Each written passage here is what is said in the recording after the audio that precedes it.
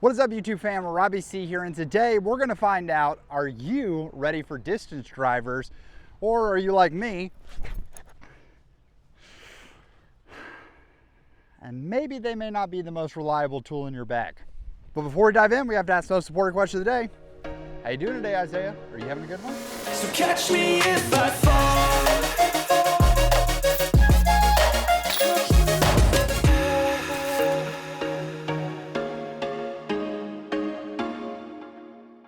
Now, I'll just go ahead and say that from the get-go, videos like this are a little tough for me, at least on vibes, to sort of create.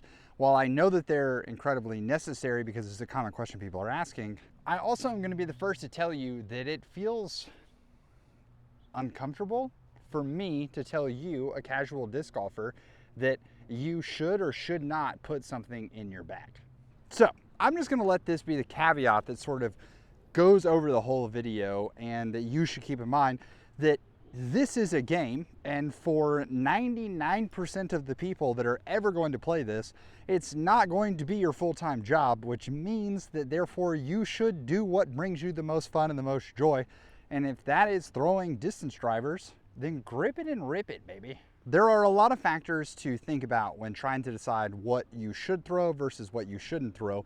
But I think one of the predominant things that we need to talk about that is sort of encompassed inside of this video is arm speed.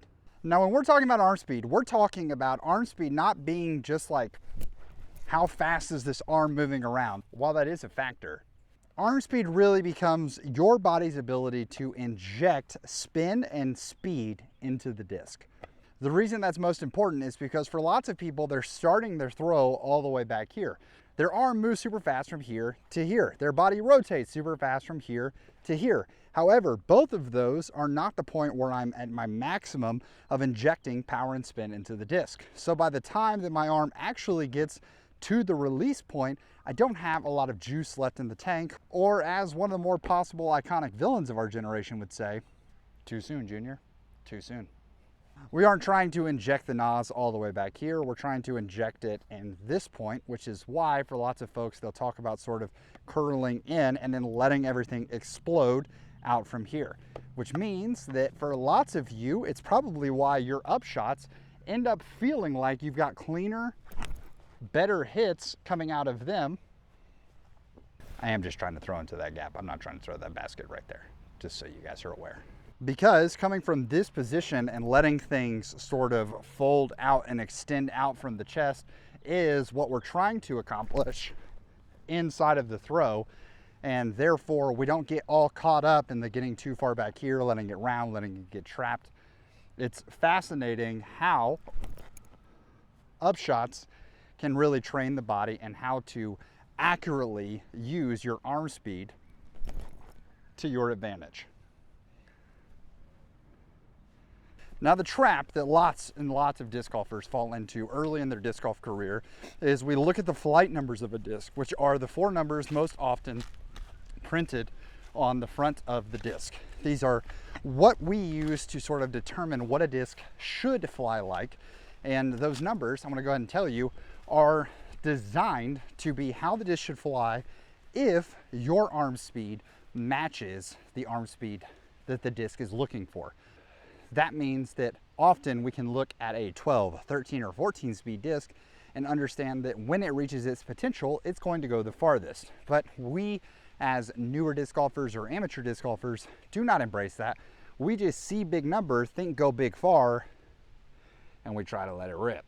So with that being said, I guess the simple answer would be that if you cannot match your arm speed to the speed of the disc or the distance driver that you're trying to throw, plain and simple, maybe you shouldn't be bagging that disc.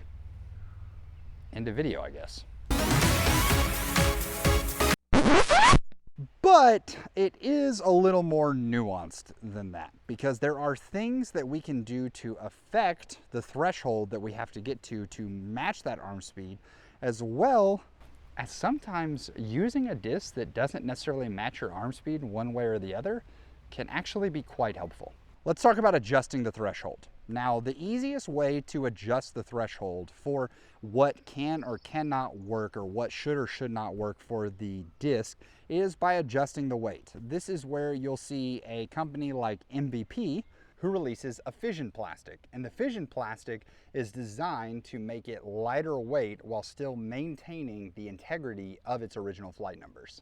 Most often when a disc loses weight, it lowers that required threshold, or lowers the amount of spin needed to be put into the disc, the power put into the disc, in order for it to become more usable. With fission, you can still get some of the similar flight characteristics while maintaining an easier to throw sort of average. Now, another way we see this is most often for people with the end of a destroyer. They're looking for lighter weight destroyers, such as the Bradley Williams Tour Series for the past 2 years has been, quote, lightweight or baby destroyers.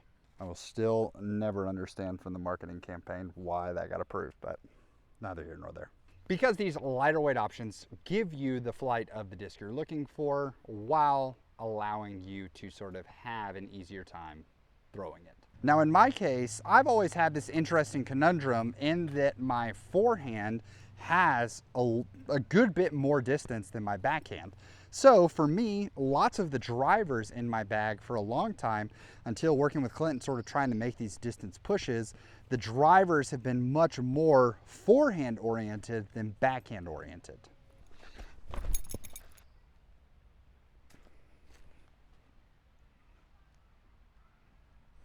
Now, once again, interesting on the sort of dynamics of it as we've had tech disc, and get to know that I actually have less spin on a forehand than I do on a backhand, but my average throwing speed is higher on a forehand than it is on a backhand. So I get more zest and give it more of the beans on the forehand.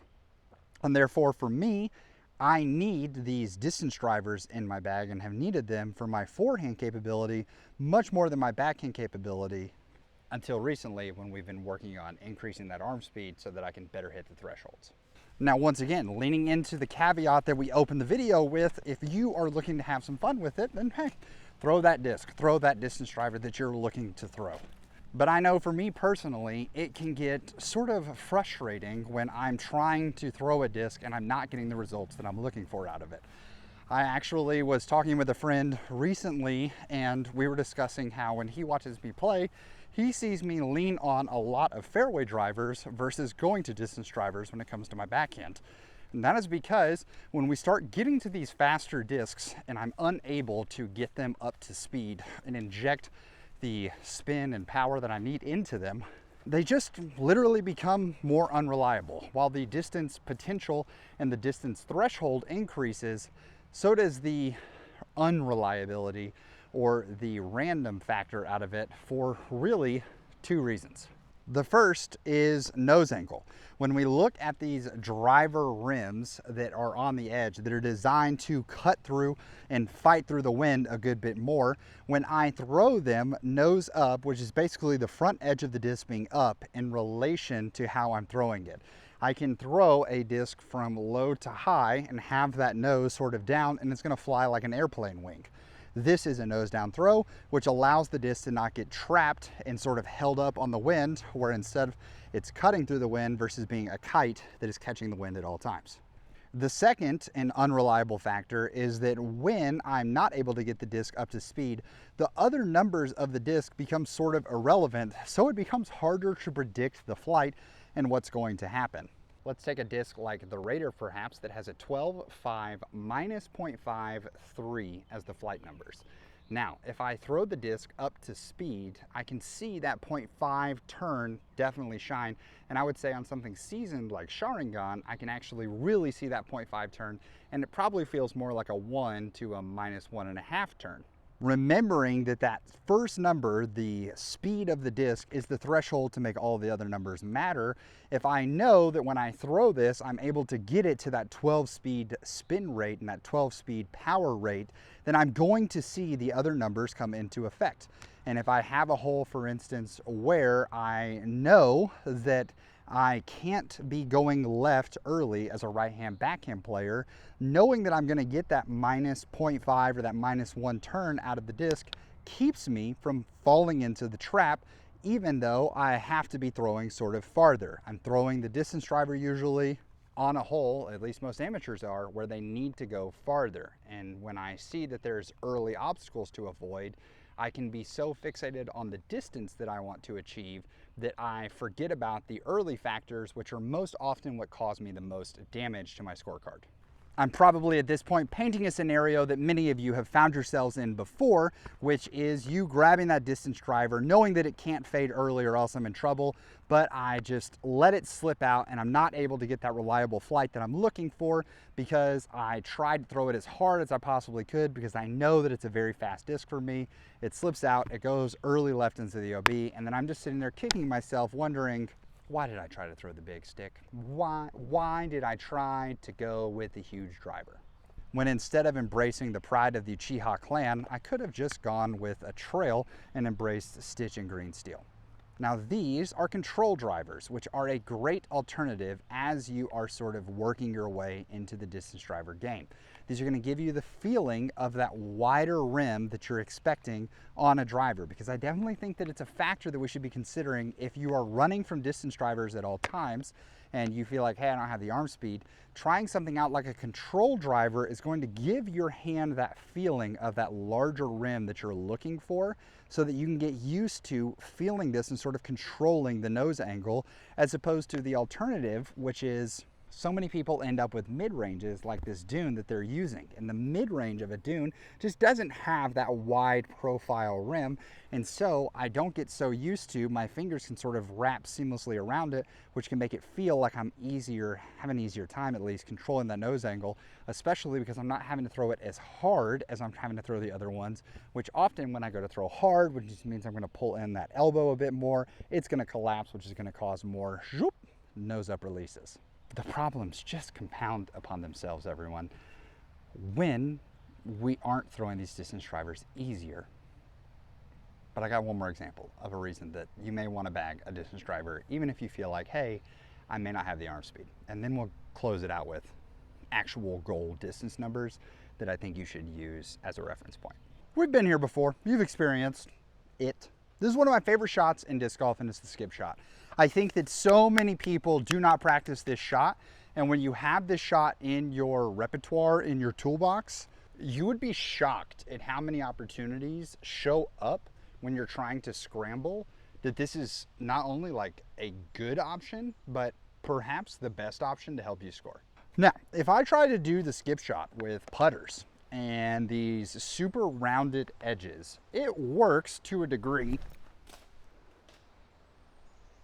especially when I hit the line versus missing the line.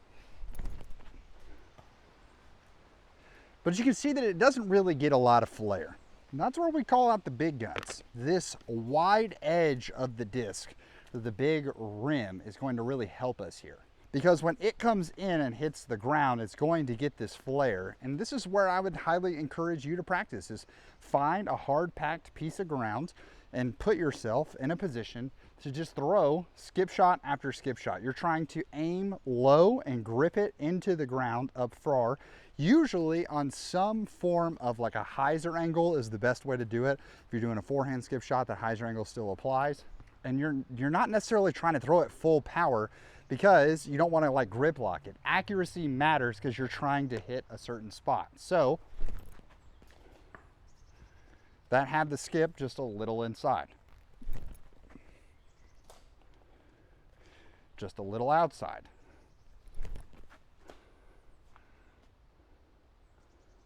And bang, that one's all the way up by the basket. Let's see if we can do it again. So what I'm going to do is I'm just going to grab some drivers. I'm going to go scoop those up, and I'm going to scoop them up, and then I'll be right back on the tee box and do it again. And do it again. See, these don't have to have like big, huge, massive flare skips off the ground. It's perfectly acceptable. I'm just trying to make sure then what feels like a good attempt here is that if I'm hitting the spot that I'm looking for and I'm seeing some sharp movement to the left. That was a bad one.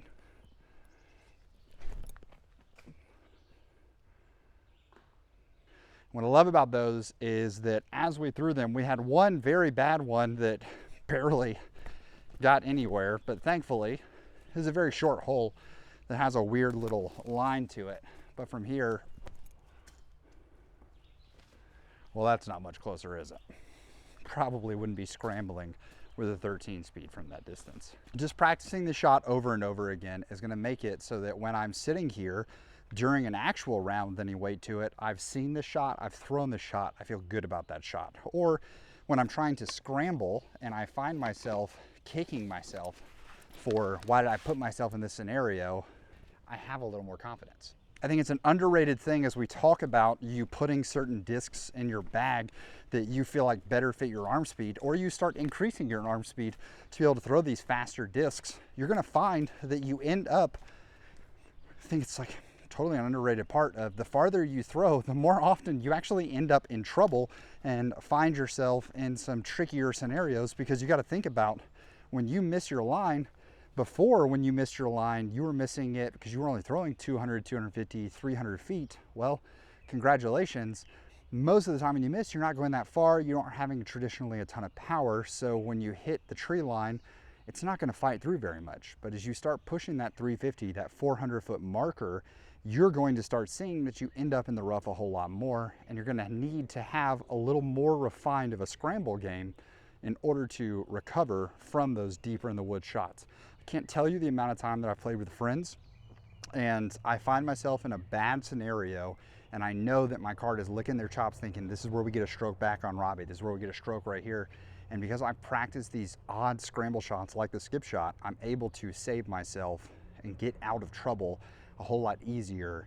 And you can't underestimate the value of your card mates thinking that they're getting a stroke on you and then they don't.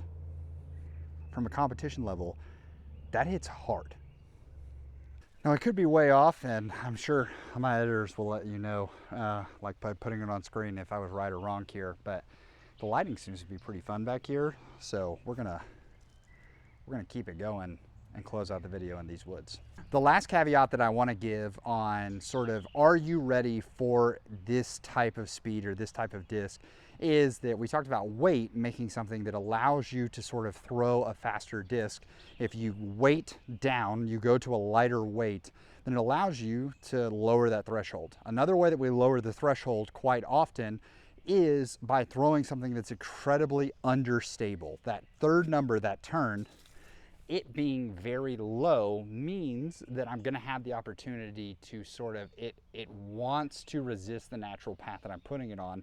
And most of the time, my ability to throw a disc to, my inability to throw a disc to speed is gonna cause it to be more overstable. So the disc naturally being understable is gonna help me get more out of the shot as well. This is why for some people, the MVP Wave is such a great example of a disc that so many people bag and lean on, because while it says that it has -2 turn and 2 fade, I think for most people they would understand that disc to be much more of a -3 turn and a 2 fade. So even though it's an 11 speed and it's a faster driver, that understability really lets people lean into it. The Sail by DGA is another fantastic example of this understable option that really becomes a great thrower for lots of folks. So all that being said, let's talk numbers that I think you should be looking to as sort of thresholds to, okay, when I can throw a blank this far, I know that it's great for me to sort of be leaning into and throwing faster stuff. So here's what I would say. I would say that if you can throw a putter 225 feet, then most often there's not really a mid-range out there that you can't throw. As for mid-ranges, if you can throw a mid-range about, let's say, 275 feet, then I would say there's not really a fairway driver that you can't throw. Now this is where it gets tricky because I'm going to separate fairway and control drivers and distance drivers. And what we mean by that is that fairway drivers are going to be anything from 6 speed to 8 speed. And then I'm going to put 9 speed and 10 speeds in the control driver category, and then I'm going to put 11 and up in the distance driver category. So I would say that if you can throw a fairway driver, those 6, 7, and 8 speeds, anywhere from 325 or beyond, then you probably can handle most any singular control driver. These are definitely within the realm of possibility for you to use them. And then I would say if you are throwing control drivers anywhere 370 and beyond, that's probably my hottest take number. But once again, we're talking not necessarily about you just can't throw them, but if you want the reliable flight out of them over and over again, I would say, yeah, about 370 on control drivers, then distance drivers are for you. I think for someone though, if you are flirting with and touching 400 on an occasional basis, then I would say that distance drivers still are going to have some form of unreliability that a control driver is going to offer you just as well. I even think about someone like Paul Macbeth, who has been stated saying that his Onyx is one of the farthest flying discs in his bag when he really gets a hold of it. And that's coming from a guy who throws Forces and Nukes and the Zeus, like these bigger discs, still believes his Onyx, the 10 speed, or 9 speed I think, is one of the farthest flying discs in his bag.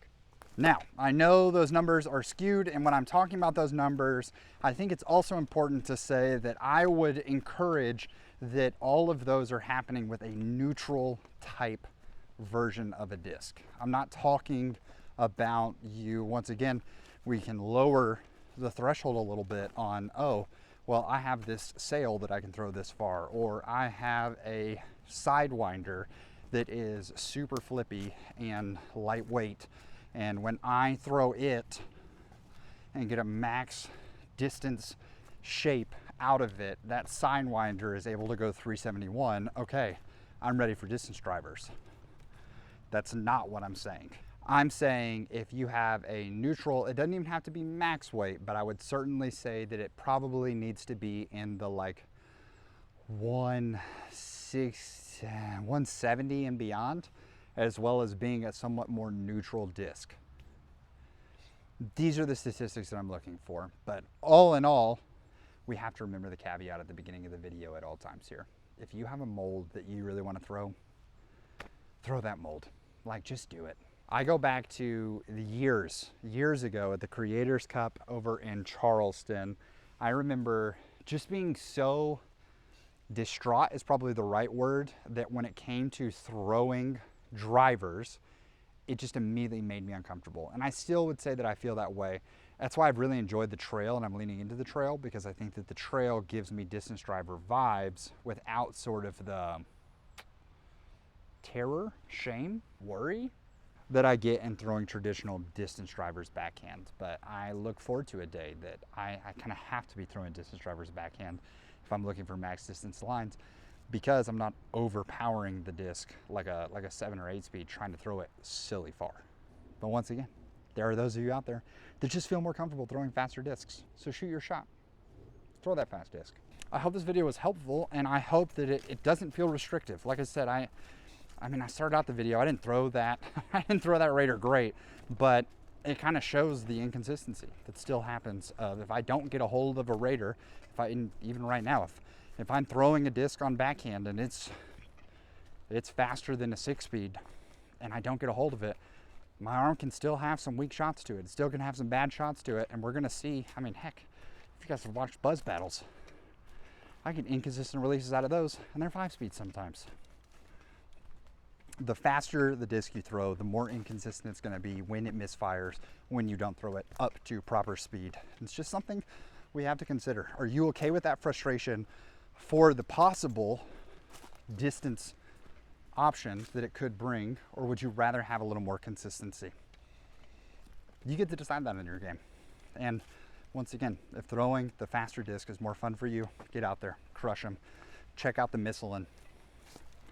That's a fast disc right there, everybody. So I want to say thank you so much for watching. Hope you have an amazing rest of your day. Please make it fantastic for someone else too. And truly, let me know in the comments down below what you think about the numbers that we gave and if they're helpful. But for now, we're going to leave you with the birdie.